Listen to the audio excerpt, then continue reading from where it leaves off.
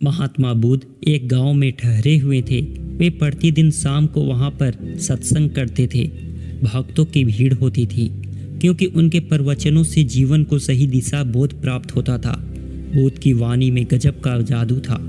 उनके शब्द श्रोता के दिल में उतर जाते थे। एक युवक प्रतिदिन बुद्ध का प्रवचन सुनता था।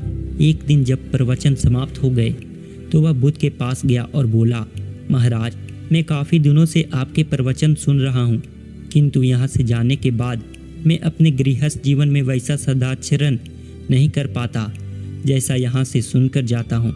इससे सत्संग के महत्व पर शंका भी होने लगी है। बताइए मैं क्या करूँ?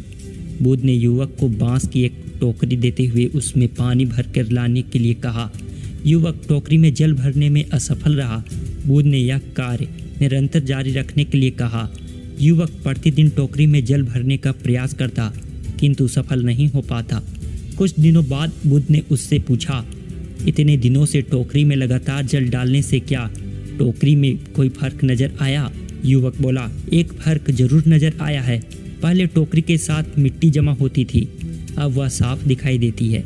कोई गंदगी नहीं दिखाई देती है और इसके छेद पहले जितने बड़े नहीं रह गए, वे बहुत छोटे हो गए हैं। तब बुद्ध ने उसे समझाया, यदि इसी तरह उसे पानी में निरंतर डालते रहोगे तो कुछ ही दिनों में ये छेद फूलकर बंद हो जाएंगे और टोकरी में पानी भर पाओगे। इसी प्रकार जो निरंतर सत्संग करते हैं उनका मन एक दिन अवश्य निर्मल हो जाता है और गुणों के छिद्र भरने लगते हैं और गुणों का जल भरने लगता है। युवक ने बुद्ध से अपनी समस्या का समाधान पा लिया। निरंतर सत्संग से दुर्जन भी सज्जन हो जाते हैं क्योंकि महापुरुषों की पवित्र वाणी उनके मानसिक विकारों को दूर कर उनमें सद्विचारों का आलोक प्रसारित कर देती है।